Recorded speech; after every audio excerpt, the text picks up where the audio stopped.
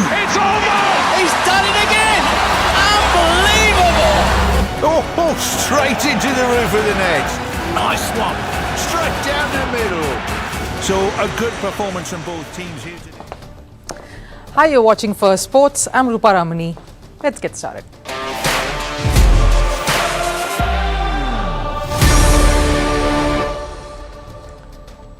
Right on the show today, can Pakistan get their act together and everything in order in time for the Champions Trophy that's scheduled to take place early next year? The PCB chief himself admits he's worried and that the stadiums at hand are no way close to international standards. Where is the ICC funding really going? In football, for the first time in more than a decade, Lionel Messi's name has not featured in the Argentina World Cup squad for the qualifiers. How tough has this year been for Messi, and is this the beginning of the last dance for the football icon? And China is known for doing all it takes to win medals, but what about what happens right after it? The teenage gymnastics silver medalist not only broke the internet for her iconic pose after winning silver, but also decided to go back and help out at her family restaurant. And in her costume, creating quite the storm. But first, a look at the headlines. Starting with tennis, world number one Jannik Sinner won the Cincinnati Open, beating Francis Tiafoe in straight sets. At 23, Sinner is the youngest men's champion in Cincinnati since Andy Murray in 2008, and in fact, the only one to have won two ATP Masters event this year. Over in the women's draw, world number 3 Aryna Sabalenka won her first title since the Australian Open, beating Jessica Pegula in straight sets. Over in cricket, Samoa's Darius Weiser set a new record for most runs scored in a single over of a men's T20 international. During the T20 World Cup sub-regional qualifier against Vanuatu, Weiser hit 6 sixes and 3 no-balls also contributed to the total. This surpassed the previous record of 36 runs held by India's Yuvraj Singh. Over in women's cricket, Australia's skipper Alyssa Healy has given her verdict on the upcoming T20 World Cup in Bangladesh. Healy said, given the instability in Bangladesh, it might not be right to go ahead with the ICC event there. The ICC, in fact, is already mulling over alternate venues. With India declining, UAE and Sri Lanka are the remaining options as of now. South American country Nicaragua has banned 1,500 NGOs. The government considers the organizations hostile towards President Daniel Ortega. Majority on the list are sports associations and chess clubs. Over in football, Ike Gundogan announced his retirement from international football. He last led Germany at Euros 2024. The 34-year-old, who made his debut for Germany in 2011, had featured in 82 internationals. Germany reached the Euro 2024 quarterfinals before losing to Spain after extra time. And Matthew Richardson, fresh off winning 3 Olympic medals for Australia in cycling, is now switching to race for his birth country, Britain. The unexpected switch, approved by the International Cycling Union, shocked the Australian Cycling Federation. The 25-year-old clinched 2 silvers and a bronze at the Paris Games.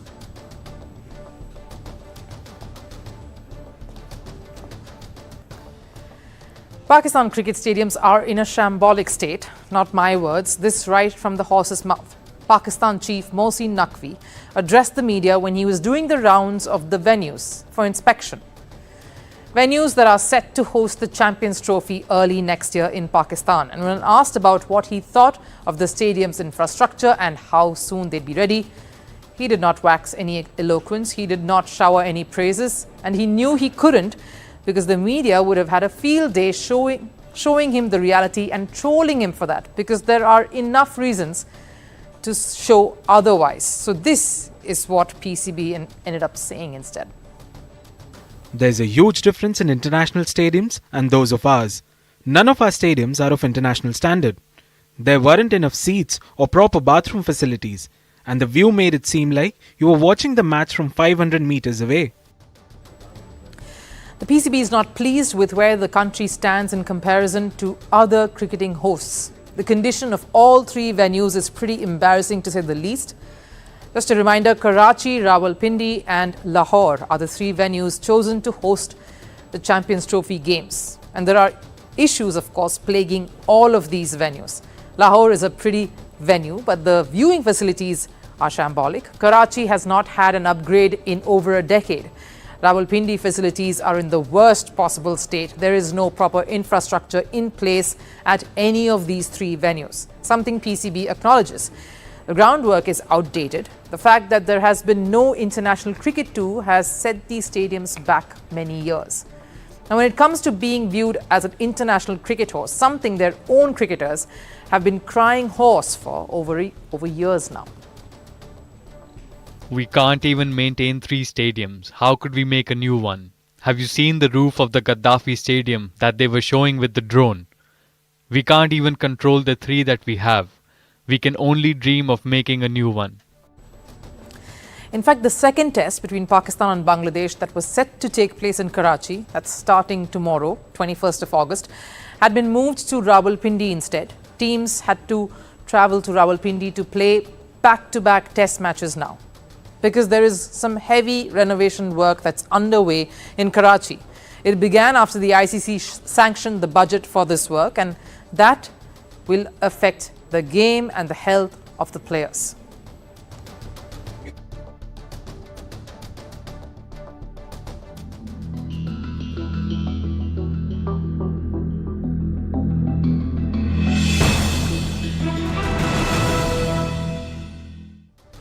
That's what PCB came out with a statement saying that the reason why they couldn't hold that match in Karachi was because the renovation work would affect the conditions of the game as well as the health of the players. A lot of dust, a lot of noise, and of course there is a worry that this work itself will not be complete in time for when England tours Pakistan. That's in October.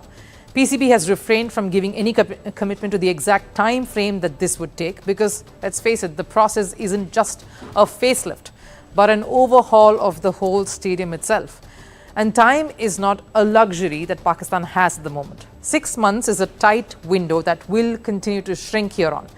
And the problem compounds itself because it is a packed schedule that Pakistan is having, an unusually busy one, especially hosting a lot of countries with matches lined up against New Zealand and South Africa just before Champions Trophy. And guess what? Lahore has been ruled out completely from hosting any of these games that Pakistan is set to play from here, this point, till Champions Trophy. That's what sources are saying because of the renovation work. The authorities in the country are hoping that they will be able to divide matches between Karachi, Rawalpindi and Multan for this period. But then again, you want work in Karachi to wrap up in time. Rawalpindi too needs a facelift. The stands, the seating arrangements and the facilities have faced a lot of backlash in the recent past when New Zealand toured Pakistan. So what about the monies? The ICC has approved a budget of $70 million for hosting the Champions Trophy. This happened just last month, but in fact a little more than a month ago. An additional amount close to $5 million has also been set aside in the advent of matches being moved and India not making it to Pakistan. The whole world is going to be watching how this plays out. I've also only touched upon the aspect of stadiums. There is, of course, an additional massive concern that comes with Champions Trophy in Pakistan, and that is security.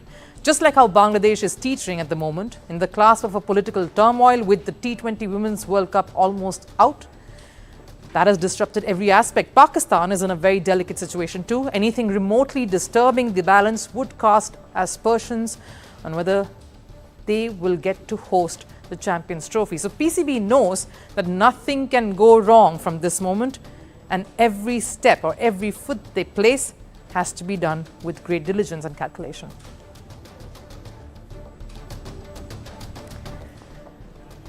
Arguably two of the greatest to have played the game, Lionel Messi and Cristiano Ronaldo, are in the last phase of their careers. Given the global fanfare the two have, it needs one spark to fuel speculations on when their last day could be. For Messi, that spark has been Argentina's World Cup qualifier squad announcement. Argentina announced a 28-member squad for their matches against Chile and Colombia, the qualifiers for the World Cup. This will take place next month, and for the first time in 11 years, we didn't have Messi or Angel Di Maria's names feature as part of Argentina's World Cup squad. Adding more heartbreak to what's already been a very difficult year for Messi, 2024. From the highs of winning the World Cup in 2022 to now this, it feels like Messi is at crossroads.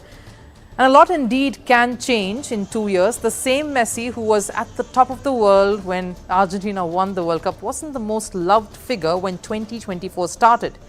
Messi had given the friendly games between Inter Miami and Hong Kong club a miss. He said he was injured, but fans weren't pleased at all. They wanted to see Messi in action, resulting in outrage and Messi being forced to apologize for this. There was some relief when Argentina clinched the Copa America title last month, but Messi still will look back at this moment with anguish. The captain was subbed off in the Copa America final due to an injury. He limped off the field, was absolutely distraught, as his team had not sealed the victory just yet. Messi was sitting out of the game in tears. It took Argentina an extra time goal right in the dying moments of the game to somehow retain that title. But Argentina fans weren't concerned about that. They were happy that Messi, despite the injury, played the game. He in fact played on till he knew he absolutely couldn't carry on. Messi came with just 1 foot, and it shows everything. It was business for Messi. Messi played till he could, until was 30, he gave it all. He's 37 and he's playing. Of course, controversy followed Argentina right after that Copa America win, and Messi, despite not taking any part in that infamous Enzo Fernandez video that went viral, had to bear the cross, being the captain of the team. And since then, Argentina has had quite the rough ride, especially at the Olympics. The kind of treatment that was meted out to them by all the fans gathered there. Messi has managed to evade all of this because it's been 35 days since the Copa win, but that's how long it's also been since Messi played a single game, featured on the field, or has even spoken on the matter. With the qualifiers approaching in 15 days, Argentina have been cautious given Messi's precarious current situation with his injury. But this also raises the question over Messi's international career. With the next World Cup still 2 years away in 2026, the Copa America next taking place in 2028, can Messi still play another international tournament? Although Messi hasn't set a date to his retirement, why would anyone, and how can any star possibly? Why does it feel like that day isn't that far off? I intend to continue. I intend to keep living day by day without thinking about what will come in the future or whether I'll continue or not. It's something I just live each day. I'm 37 years and only God knows when the end will be.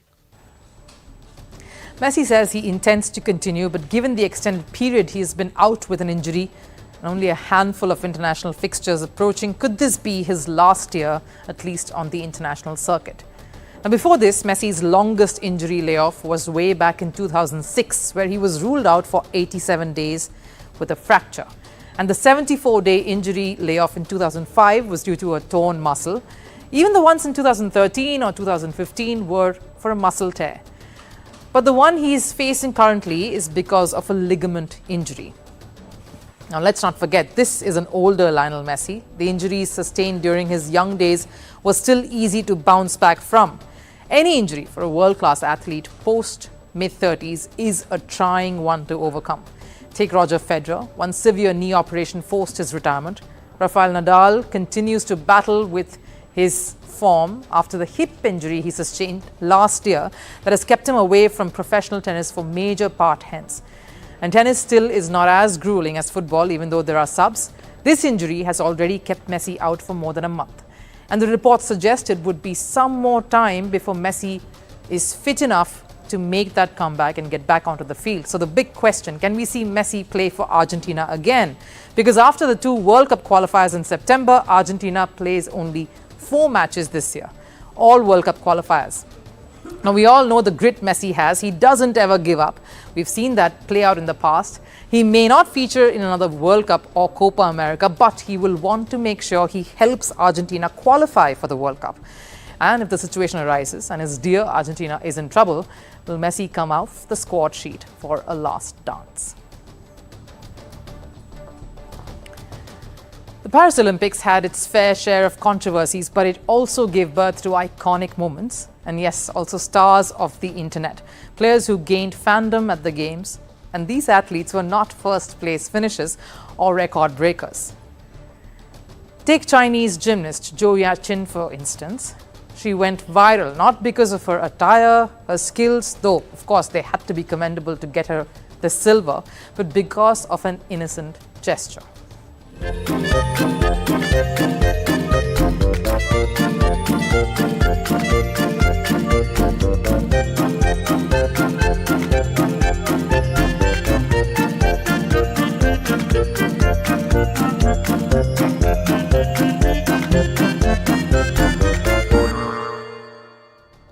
Is the very famous and very adorable medal biting moment after Yaqin clinched silver in the women's beam event. All she knew was to hold her prized possession dearly, but the innocent gymnast was clearly unaware of the biting tradition. But you got to give it to the youngster. She watched her fellow medalists and pulled that off with such spunk and broke the internet. But Yaqin sure is a quick learner after she saw her opponents and immediately nailed it too. She wanted to be cool, but the act made her even cooler.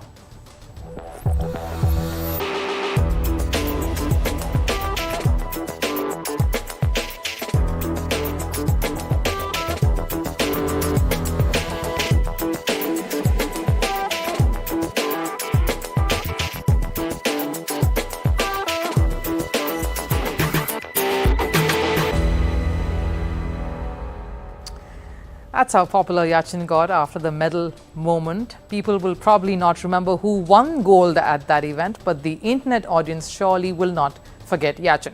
But that's not why we're talking about this teenager today. Now, it's been 15 days since Yaqin was on that podium, and you think life would have transformed given her popularity. She would be busy back home, giving interviews, posing for ads, or signing up brand endorsements, right? Maybe all that will follow, but for now, Yaqin is busy with this.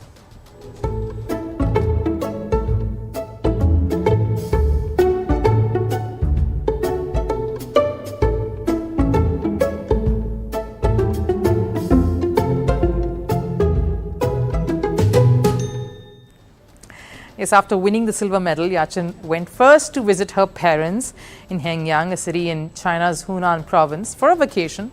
Something that Yaqin thought would be a very relaxed time for her parents, though. She's still their 18-year-old daughter who will have to help out every time she visits them. So there she was, Paris's silver medalist, doing the usual, helping them serve food at the family restaurant.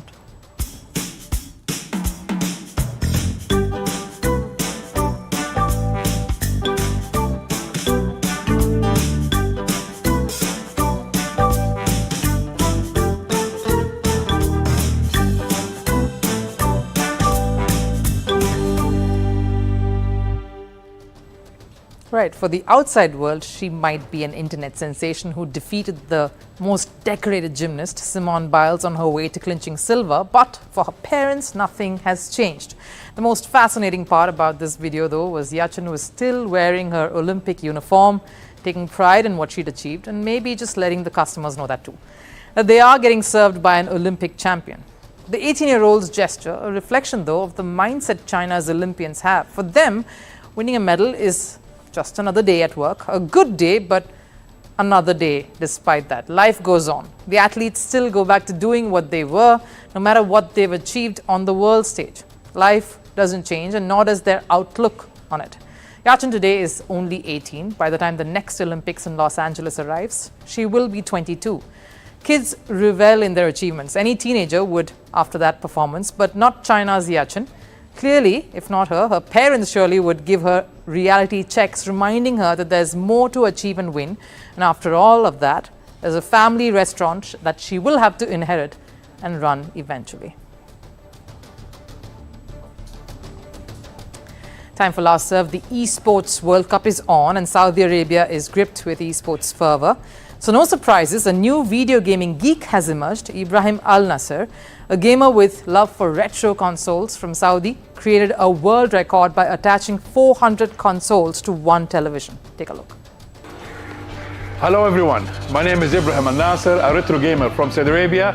This is my gaming room. Let's have a tour.